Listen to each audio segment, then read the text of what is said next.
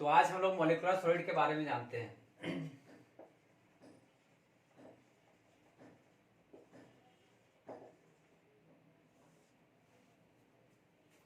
तो जैसे ही गर्मी के दिन आते हैं आप लोग आइसक्रीम खाने के लिए दौड़ते हैं, लेकिन आइसक्रीम खाते वक्त आपने कभी ध्यान दिया है कि ये जो आइसक्रीम है कैसे बना या इनका कंस्टिट्यूएंट पार्टिकल क्या होते हैं। तो जब हम लोग वाटर को फ्रीज करते हैं या कहें इसको 0 डिग्री सेल्सियस से नीचे ले जाते हैं वाटर को, तो वाटर चेंज होके सॉलिड फॉर्म में चेंज हो जाता है, यानी कि वाटर सॉलिड फॉर्म में यानी कि चेंज होके जिसको हम लोग बोलते हैं आइस, यानी आइस के रूप में बदल जाता है। और ये जो वाटर है आपका लिक्विड फॉर्म में होता है, जिसका हम लोग जानते हैं केमिकल फॉर्मूला H2O होता है। जब इसको हम लोग 0 डिग्री सेल्सियस या कहें 0 डिग्री सेल्सियस से नीचे ले जाते हैं तो ये आपका आइस में चेंज हो जाता है। ये जो आइस होता है आपका सॉलिड फॉर्म होता है। तो वाटर जो कि लिक्विड फॉर्म में था, इसको हम लोग फ्रीज कर दिए तो सॉलिड फॉर्म में आ गया। अब आइस का कंस्टिट्यूएंट पार्टिकल हम लोग देखें तो मॉलिक्यूल है। और मॉलिक्यूल क्या होता है तो हम लोग जानते हैं कि 2 और मोर एटम्स जब आपस में कंबाइन करते हैं तो एक मॉलिक्यूल बनता है। तो यहाँ पर H2O में देखें तो हाइड्रोजन का 2 एटम्स एक ऑक्सीजन के साथ कंबाइन किया और H2O का एक मॉलिक्यूल बना। तो आइस का कंस्टिट्यूएंट पार्टिकल मॉलिक्यूल है और ये सॉलिड है, तो इसको हम लोग मॉलिक्यूलर सॉलिड्स के नाम से जानते हैं। ये सॉलिड है, कंस्टिट्यूएंट पार्टिकल मॉलिक्यूल है, तो इसको हम लोग मॉलिक्यूलर सॉलिड बोलेंगे। ठीक उसी तरह से जब हम लोग लकड़ी को आग लगाते हैं तो उसमें आपका धुआं निकलता है बहुत सारा। तो ये जो धुआं निकलता है आपका कार्बन डाइऑक्साइड है। तो लकड़ी जो होता है उसमें कार्बन के एटम्स मौजूद होते हैं। जब ऑक्सीजन के प्रेजेंस में उसको हम लोग जलाते हैं तो कार्बन ऑक्सीजन के साथ रिएक्शन करके कार्बन डाइऑक्साइड बनाता है। और ये जो कार्बन डाइऑक्साइड है जब इसको हम लोग फ्रीज करते हैं तो ये भी सॉलिड के फॉर्म में चेंज हो जाता है। तो ये जो CO2 है जिसको हम लोग जलाने से बना था, इसको भी जो कि आपका गैस के फॉर्म में था, इसको भी हम लोग फ्रीज कर दिए तो ये आपका आइस के फॉर्म में चेंज हो गया, जिसको कि हम लोग ड्राई आइस बोलते हैं। और ये जो ड्राई आइस है उसका temperature -78 degree Celsius to -110 degree Celsius तक होता है। और ये जो है ये भी सॉलिड फॉर्म में आ गया। ये जो टेम्परेचर है बहुत ही कम है और इसको अगर हम लोग डायरेक्ट स्किन के कांटेक्ट में लाते हैं ड्राई आइस को तो आपका स्किन डैमेज हो सकता है, इतना कम इसका टेम्परेचर होता है। तो ये जो ड्राई आइस है इसका यूज फिल्मों में किया जाता है। जैसे बादल का सीन कहीं बनाना हो तो बादल का सीन क्रिएट करने के लिए ड्राई आइस का यूज किया जाता है, ताकि उसमें बादल वाला सीन फिल्म का सीन उसमें दिखा सके हम लोग। तो ड्राई आइस आपका सॉलिड के फॉर्म में था, जिसका टेम्परेचर ये होता है। वो आपका कार्बन डाइऑक्साइड है और कार्बन डाइऑक्साइड क्या चीज है तो आपका गैस है। और गैस का ये जो कार्बन डाइऑक्साइड है आपका मॉलिक्यूल है। इसमें कार्बन का एक एटम ऑक्सीजन के 2 एटम के साथ कंबाइन हुआ है और एक कार्बन डाइऑक्साइड का मॉलिक्यूल बना हुआ है। तो ये सॉलिड फॉर्म में है, इसका कंस्टिट्यूएंट पार्टिकल मॉलिक्यूल है। तो ड्राई आइस भी आपका मॉलिक्यूल से बना हुआ है और सॉलिड है, तो मॉलिक्यूलर सॉलिड हो गया। तो अब ठीक इसी तरह से हम एक अगला मॉलिक्यूलर सॉलिड लेते हैं जो कि है नेफ्थलीन। तो ये जो नेफ्थलीन है जिसको हम लोग फिनाइल का गोली बोलते हैं, तो ये आपका सॉलिड के फॉर्म में ही रहता है। तो ये जो है इसका यूज हम लोग कपड़ा के अंदर डाल देते हैं ताकि कपड़ा में छोटे छोटे जो बैक्टीरिया लगते हैं या फिर जो कीटाणु लगते हैं, जिसको छोटे छोटे कीड़ा मकोड़ा भी होते हैं, तो इनको मार देता है या फिर इनसे सुरक्षित रखता है। साथ ही इसका यूज घरों में भी करते हैं, जैसे छोटे मोटे या डिफरेंट टाइप्स ऑफ इंसेक्ट या फिर छिपकली वगैरह अगर घर में आते हैं तो वहां पर रख देते हैं, तो ये सब जो कीड़ा मकोड़ा है इनसे दूर रखते हैं। यानी कि जिसको नेफ्थलीन हम लोग फिनाइल का गोली बोलते हैं, इनसे दूर रहते हैं और हमारा घर कीड़ा मकोड़ों से सुरक्षित रहता है। तो हम लोग देखें यहाँ पर आइस जो कि सॉलिड फॉर्म में था, कंस्टिट्यूएंट पार्टिकल मॉलिक्यूल था, इसलिए मॉलिक्यूल से बना हुआ था और सॉलिड था, मॉलिक्यूलर सॉलिड हो गया। ड्राई आइस जो कार्बन डाइऑक्साइड से बना हुआ था, कार्बन डाइऑक्साइड क्या चीज था, मॉलिक्यूल था, सॉलिड फॉर्म में है, इसलिए ड्राई आइस मॉलिक्यूलर सॉलिड हो गया। ये आपका पहले से ही सॉलिड है और इसका कंस्टिट्यूएंट भी मॉलिक्यूल है, इसलिए ये भी आपका मॉलिक्यूलर सॉलिड हो गया। तो हम लोग देखें मॉलिक्यूलर सॉलिड में कि इनके कंस्टिट्यूएंट पार्टिकल्स मॉलिक्यूल होते हैं। साथ ही मॉलिक्यूलर सॉलिड जो होते हैं ये आयनिक सॉलिड्स और कोवैलेंट सॉलिड जो होते हैं इनके अपेक्षा कम मेल्टिंग पॉइंट और बॉइलिंग पॉइंट होता है। तो हम लोग देखते हैं यहाँ मॉलिक्यूलर सॉलिड्स।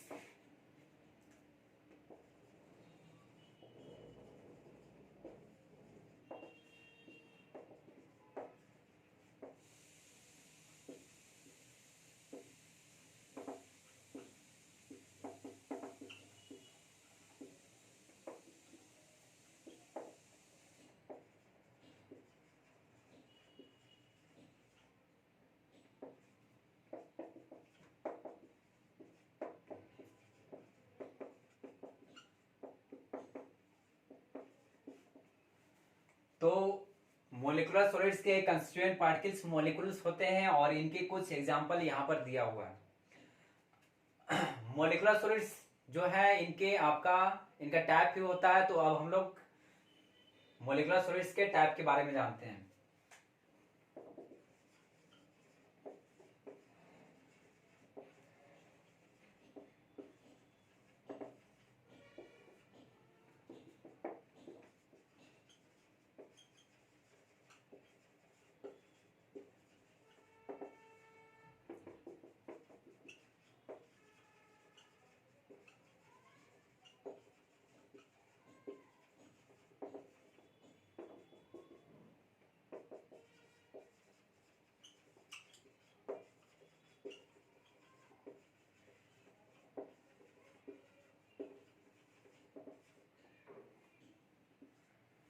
मोलिकुलर सॉलिड्स तीन तरह के होते हैं, polar molecular solids, non polar molecular solids और हाइड्रोजन बॉन्डेड मोलिकुलर सॉलिड्स।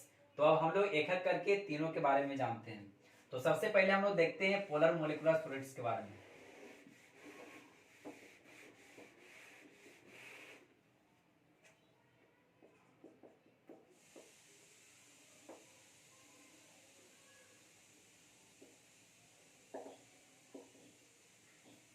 तो ये जो पोलर मोलिकुलर सॉलिड्स हैं ये कोवैलेंट बॉन्ड्स के द्वारा एक दूसरे से जुड़े होते हैं और साथ ही शेयर पेयर इलेक्ट्रॉन्स जो होता है, शेयर इलेक्ट्रॉन्स जो होता है आपका इलेक्ट्रोनेगेटिविटी का डिफरेंस, एटम्स के बीच इलेक्ट्रोनेगेटिविटी का डिफरेंस होने के कारण इलेक्ट्रॉन्स, शेयर इलेक्ट्रॉन्स डिस्प्लेस होके जो ज्यादा इलेक्ट्रोनेगेटिव है उस ओर चला जाता है, जिसपे एटम्स पे या तो पार्शियल पॉजिटिव चार्ज आता है या तो पार्शियल नेगेटिव चार्ज आता है। तो जैसे कि हम लोग देखते हैं हमारे पास एक मॉलिक्यूल है, पोलर मॉलिक्यूल HCl है। अब इसमें हम लोग देखते हैं तो हाइड्रोजन का वैलेंस इलेक्ट्रॉन 1 है और क्लोरीन का वैलेंस इलेक्ट्रॉन 7 है। यहाँ देखें हम लोग तो क्लोरीन को अपना ऑक्टेट या कहें 8 इलेक्ट्रॉन पूरा करने के लिए और 1 इलेक्ट्रॉन की जरूरत है, जबकि हाइड्रोजन जो है इसको बाहर में 2 इलेक्ट्रॉन पूरा करना है, यानी डुप्लेट पूरा करने के लिए इसे भी 1 इलेक्ट्रॉन की जरूरत है। तो क्या करेगा कि ये जो हाइड्रोजन है और ये क्लोरीन है आपस में इलेक्ट्रॉन्स का शेयर करेंगे और इस तरह से जो शेयर करने से बॉन्ड बनेगा वो आपका होगा कोवैलेंट बॉन्ड। और ये जो इलेक्ट्रॉन्स है वो शेयर इलेक्ट्रॉन्स है। अब हम लोग जानते हैं कि क्लोरीन और हाइड्रोजन इनके बीच इलेक्ट्रोनेगेटिविटी का डिफरेंस या कहें इलेक्ट्रोनेगेटिव एलिमेंट क्लोरीन ज्यादा होता है हाइड्रोजन के अपेक्षा, या इनके बीच इलेक्ट्रोनेगेटिविटी का डिफरेंस होने के कारण ये जो शेयर इलेक्ट्रॉन्स है डिस्प्लेस होके क्लोरीन की ओर चला जाता है, क्योंकि क्लोरीन के पास ज्यादा इलेक्ट्रोनेगेटिविटी होता है। और हम लोग जानते हैं कि इलेक्ट्रोनेगेटिविटी क्या होता है। तो किसी भी एटम का टेंडेंसी या कहें क्षमता जो शेयर इलेक्ट्रॉन्स को अपनी ओर अट्रैक्ट या खींच सके, तो ये जो शेयर इलेक्ट्रॉन्स है उसको अपनी ओर जो खींचने की क्षमता है उसी को हम लोग इलेक्ट्रोनेगेटिविटी के नाम से जानते हैं। तो ये जो क्लोरीन एटम है इस शेयर इलेक्ट्रॉन्स को खींचने की क्षमता हाइड्रोजन की अपेक्षा ज्यादा है, जिसके कारण ये जो शेयर इलेक्ट्रॉन्स है डिस्प्लेस होके क्लोरीन की ओर चले जाएंगे और क्लोरीन में पार्शियल नेगेटिव चार्ज जबकि हाइड्रोजन में पार्शियल पॉजिटिव चार्ज आ जाएगा। हम लोग जानते हैं कि कोई भी इलेक्ट्रॉन बॉन्डिंग के समय जब इलेक्ट्रॉन को लॉस करता है तो उसमें पॉजिटिव चार्ज आता है, जबकि जो गेन करता है उसमें नेगेटिव चार्ज आता है। तो क्लोरीन यहाँ पर इलेक्ट्रॉन को गेन नहीं कर रहा, अगर गेन करता तो इसमें नेगेटिव चार्ज आता है। और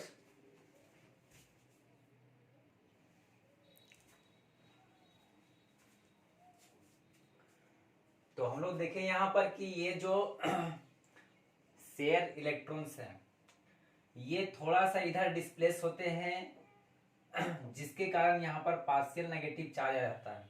अगर ये इलेक्ट्रॉन को क्लोरीन अगर अपने ओर खींच लेता या कहें गेन कर लेता तो इसमें नेगेटिव चार्ज आता, लेकिन ऐसा नहीं होता। ये शेयर इलेक्ट्रॉन्स थोड़ा सा इधर आपका डिस्प्लेस हो जाते हैं, इसलिए इसमें पार्शियल नेगेटिव चार्ज या बोलेंगे थोड़ा सा नेगेटिव चार्ज आता है। ठीक किसी तरह से ये जो है इलेक्ट्रॉन्स को हाइड्रोजन लॉस नहीं करता, बल्कि इससे थोड़ा सा दूर चला जाता है हाइड्रोजन से ये शेयर इलेक्ट्रॉन्स, जिसके कारण इसमें पॉजिटिव चार्ज ना आके थोड़ा सा प्लस चार्ज, यानी जिसको हम लोग पार्शियल पॉजिटिव चार्ज बोल सकते हैं, आ जाता है इस हाइड्रोजन में। और इस तरह से ये जो इलेक्ट्रॉन से पोलराइज हो गई है क्लोरीन की तरफ। इसको अगर हम लोग दूसरे तरीके से देखना चाहें तो मान लीजिए कि एक कमेटी है, उसमें एक प्रेसिडेंट का सिलेक्शन करना है, ए और बी, इन्हीं दोनों में से किसी एक का सिलेक्शन करना है। मान लीजिए कि उसमें 30 मेंबर हैं। अब ऐसा है कि जो ए व्यक्ति है, ए के साथ 30 में से आपका 20 व्यक्ति ऐसे हैं जिनका एक का साथ रिलेशन बहुत ही अच्छा है, या बोलेंगे एक के सभी फ्रेंड्स हैं। और 30 में से 10 मेंबर ऐसे हैं जो बी के फ्रेंड्स हैं या रिलेशन इनके साथ अच्छे हैं। तो 20 मेंबर जो उस कमेटी का है ए को वोट देते हैं प्रेसिडेंट बनने के लिए, और 30 में से 10 व्यक्ति जो है बी को वोट कर देते हैं प्रेसिडेंट बनने के लिए। तो हम लोग देखें ये जो 20 व्यक्ति जिनका संबंध ए के साथ अच्छा था वो पोलराइज हो जाते हैं ए की ओर, जिससे ए का सिलेक्शन प्रेसिडेंट के लिए हो जाता है। तो 20 व्यक्ति पोलराइज हुए ए की ओर, जिससे आपका ए का सिलेक्शन हो गया, और बाकी 10 जो है बी की ओर पोलराइज हो गए। ठीक उसी तरह से ये जो इलेक्ट्रॉन से पोलराइज हो जाते हैं क्लोरीन को, और इसमें पार्शियल नेगेटिव और इसमें पार्शियल पॉजिटिव चार्ज आ जाता है। अब हम लोग पोलर मॉलिक्यूलर सॉलिड्स हैं, इनके कुछ एग्जांपल देखेंगे। तो HCl हो गया, H2O है, NH3 है, और भी बहुत सारे हैं। अब हम लोग कुछ कैरेक्टरिस्टिक्स के बारे में जानते हैं पोलर मॉलिक्यूलर सॉलिड्स के।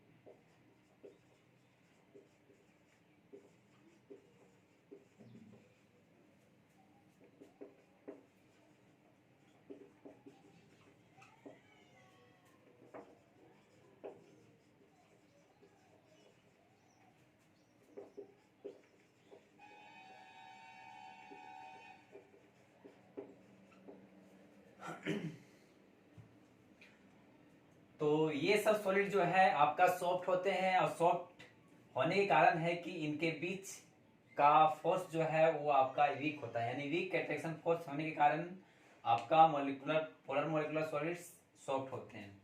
High melting and boiling point, तो ये जो मॉलिक्यूलर सॉलिड्स है पोलर मॉलिक्यूलर सॉलिड्स, इनका मेल्टिंग पॉइंट्स और बॉइलिंग पॉइंट्स ज्यादा होता है। इनके पीछे कारण है कि ये डायपोलर अट्रैक्शन द्वारा एक दूसरे से जुड़े होते हैं। और these are either liquids and gases at room temperature. तो रूम टेम्परेचर में जब हम लोग पोलर मॉलिक्यूलर सॉलिड्स को लाते हैं तो ये या तो गैस के फॉर्म में आ जाएंगे या फिर सॉलिड के लिक्विड के फॉर्म में आ जाएंगे। मतलब इस रूम के टेम्परेचर पे ये या तो लिक्विड्स में होंगे या फिर गैस में होंगे। और इसके पीछे के कारण है कि इनका मेल्टिंग और बॉइलिंग पॉइंट आपका हाई होता है, कम होता है, या फिर बोलेंगे हाई बोलेंगे। दूसरे के यानी कि नॉन पोलर और हाइड्रोजन बॉन्डेड जो है उनकी अपेक्षा इसका ज्यादा होता है। लेकिन अगर देखेंगे रूम टेम्परेचर में अगर हम लोग लाते हैं तो ये जो लिक्विड्स हैं ये या तो लिक्विड में या फिर गैसेस के फॉर्म में आ जाएंगे। और these are non conductor in pure state and conductor in aqueous solution. अब यहाँ पर देखते हैं हम लोग कि ये प्योर स्टेट में तो कंडक्टर नॉन कंडक्टर होते हैं, लेकिन जैसे ही इसको हम लोग वाटर में घोल देते हैं या एक्वस सॉल्यूशन में लाते हैं तो ये जो है कंडक्टर बन जाते हैं, मतलब आयन में चेंज होते हैं और इनसे होकर इलेक्ट्रिक करंट फ्लो करना शुरू हो जाता है। अब हम लोग दूसरा यानी कि नॉन पोलर मॉलिक्यूलर सॉलिड्स के बारे में जानते हैं।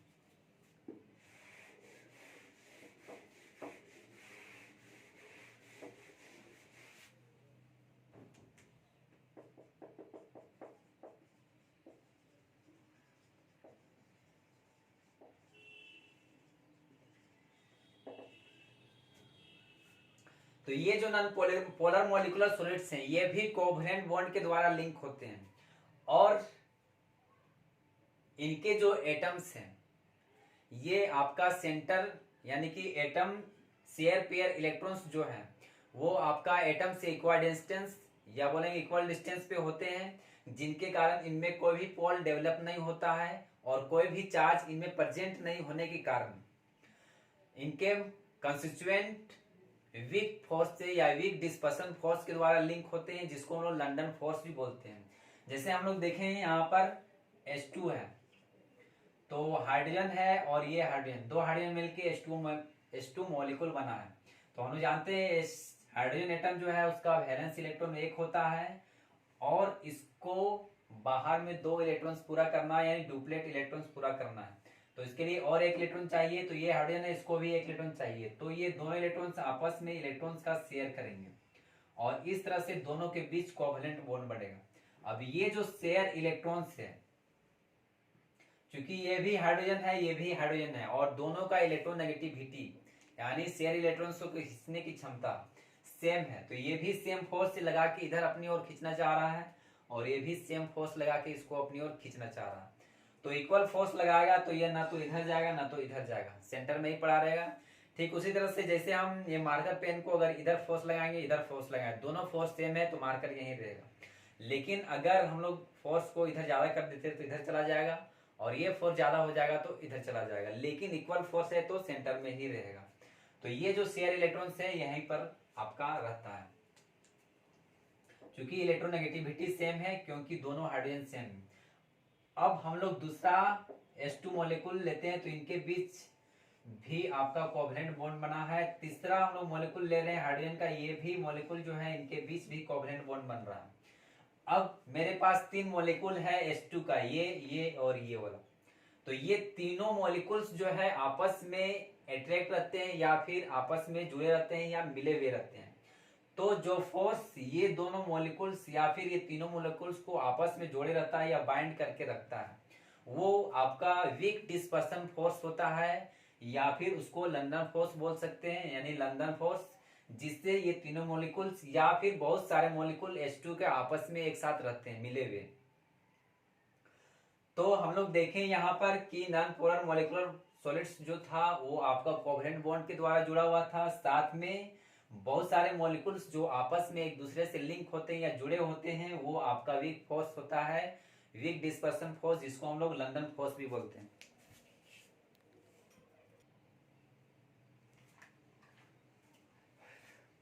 तो हम लोग जान गए नॉन पोलर मॉलिक्यूलर सॉलिड्स क्या था। अब इसका हम लोग कुछ एग्जांपल देखते हैं।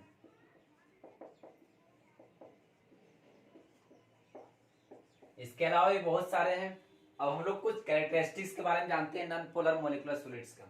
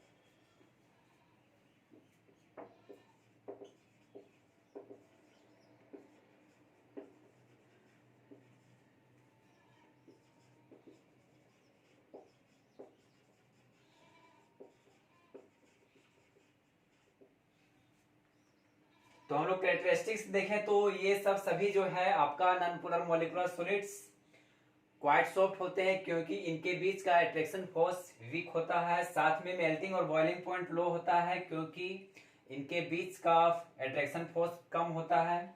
These are non conductor in nature, क्योंकि इनमें कोई भी आयन प्रेजेंट नहीं होता है, इसलिए ये आपका नॉन कंडक्टर होता है, मतलब इससे होकर इलेक्ट्रिक करंट फ्लो नहीं कर सकता। दीज आर आइदर लिक्विड्स और गैसेस एट रूम टेम्परेचर, क्योंकि मेल्टिंग और बॉइलिंग पॉइंट कम है, इसलिए ये आपका नॉन पोलर मॉलिक्यूलर सॉलिड्स या तो गैस के फॉर्म में होंगे या तो लिक्विड के फॉर्म में होंगे रूम के टेम्परेचर पर। और हम लोग लास्ट में देखते हैं non hydrogen bonded molecular solids.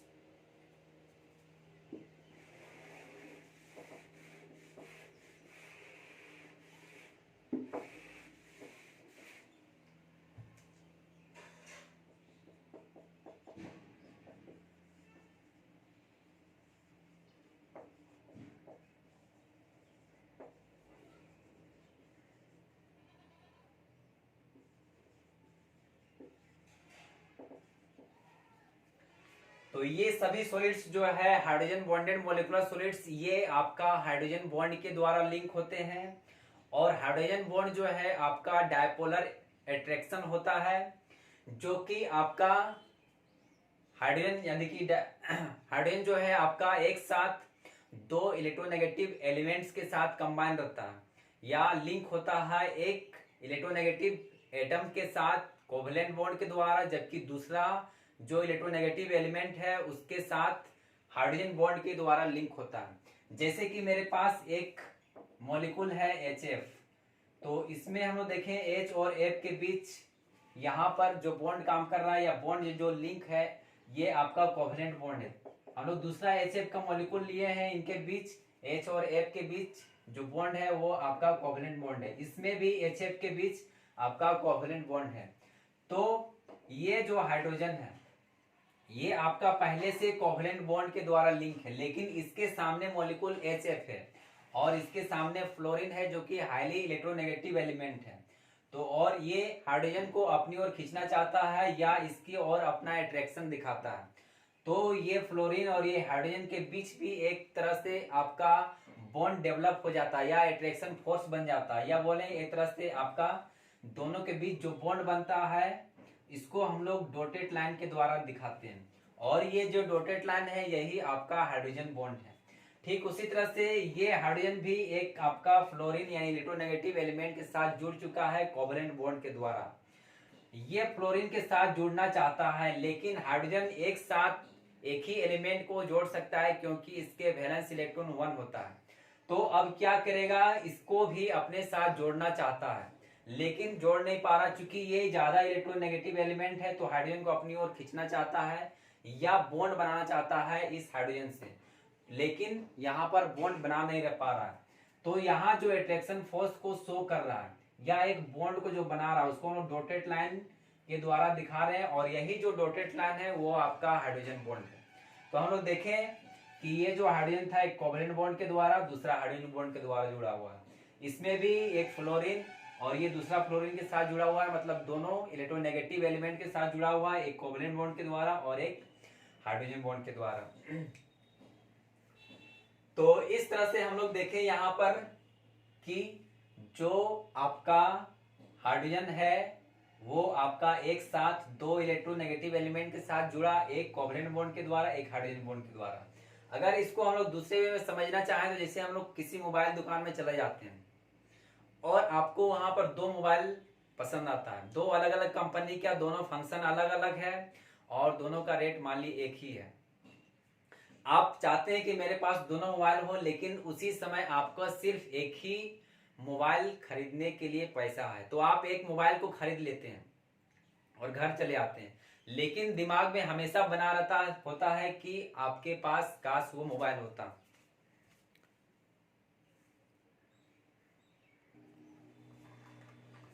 तो हम लोग जब मोबाइल दुकान में गए थे तो उसमें आपको दो मोबाइल पसंद आया था, जिसमें आप एक मोबाइल को खरीद लिए थे, जबकि दूसरा भी पसंद था जिसे आप पैसा नहीं था इसके वजह से उसको खरीद नहीं पाए। लेकिन जब आप पहला मोबाइल जिसको खरीद लिए घर लेते आए तो दिमाग में हमेशा रहता है कि काश वो मोबाइल भी मेरे पास होता जिसका फंक्शन इससे अलग था, साथ में क्वालिटी भी उसका बहुत अच्छा था। तो आपका दिमाग में वो मोबाइल आपका आ रहा है। तो जो मोबाइल आपके पास है वो आपका कोवलेंट बॉन्ड के द्वारा जुड़ा हुआ है। तो ये आपका कोवलेंट बॉन्ड के द्वारा जुड़ा हुआ है। दूसरा जो मोबाइल दुकान में है जिसको आपको दिमाग में आ रहा है कि काश वो मोबाइल भी मेरे पास होता, लेकिन नहीं है, लेकिन आप उससे जुड़े हुए हैं। तो जब जुड़े हुए हैं लेकिन आपके पास नहीं है, ये आपका हो गया हाइड्रोजन बॉन्ड। तो इस तरह से हम लोग समझ गए कि हाइड्रोजन बॉन्ड क्या होता है। अब हम लोग यहाँ पर हाइड्रोजन बॉन्डेड मोलिकुलर सॉलिड्स का कुछ एग्जांपल देखते हैं।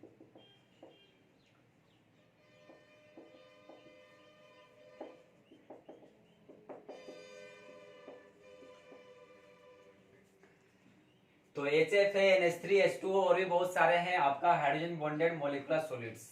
अब हम लोग कुछ कैरेक्टरिस्टिक्स के बारे में जानते हैं।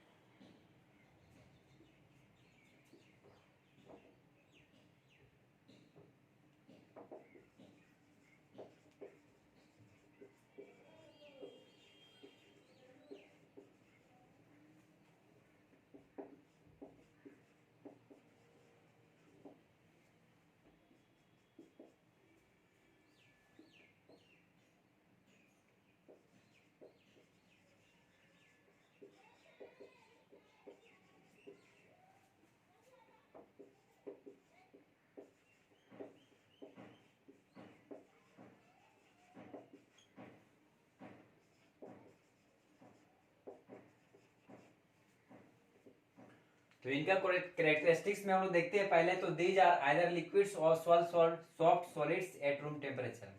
तो ये जो है आपका सॉलिड्स रूम के टेम्परेचर पे या तो लिक्विड के फॉर्म में होंगे या तो सॉलिड्स के फॉर्म में। लेकिन इससे पहले जो आप पोलर या नॉन पोलर मोलिकुलर सॉलिड्स जो देखें वो या तो लिक्विड्स के फॉर्म में थे या तो गैस के फॉर्म में थे, लेकिन ये लिक्विड या फिर सॉलिड्स के फॉर्म में होते हैं। और these are non conductor in nature. तो इनसे भी होकर इलेक्ट्रिक करंट पार नहीं करता, इसलिए ये भी आपका नॉन कंडक्टर है। और साथ में मेल्टिंग और बॉइलिंग पॉइंट इनका ज्यादा होता है बाकी दोनों मोलिकुलर सॉलिड्स से, यानी कि पोलर मोलिकुलर सॉलिड्स और नॉन पोलर मोलिकुलर सॉलिड्स से अपेक्षा इनका मेल्टिंग पॉइंट और बॉइलिंग पॉइंट ज्यादा होता है। तो अब हम लोग नेक्स्ट वीडियो में आगे देखेंगे।